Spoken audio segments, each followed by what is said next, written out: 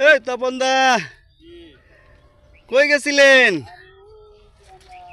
লাউ গাছ এবং আম গাছ, সিম গাছ লাগাইছি।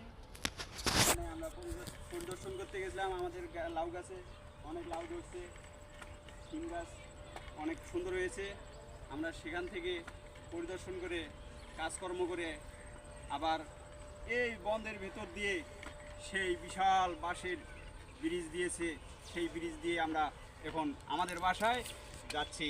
ব্রিজ পার হয়ে আমাদের অনেক আধুনিক যুগের সেই এই যে সুবিশাল ব্রিজ, এই ব্রিজ কি এটা কি বরিশালের ব্রিজ? সুন্দর একটি ব্রিজ। এটা কি এই ব্রিজ দিয়ে কি বরিশাল পদ্মা যাওয়া যায় না গোপালগঞ্জ? গোপালগঞ্জ সব জায়গায় যাওয়া যাবে।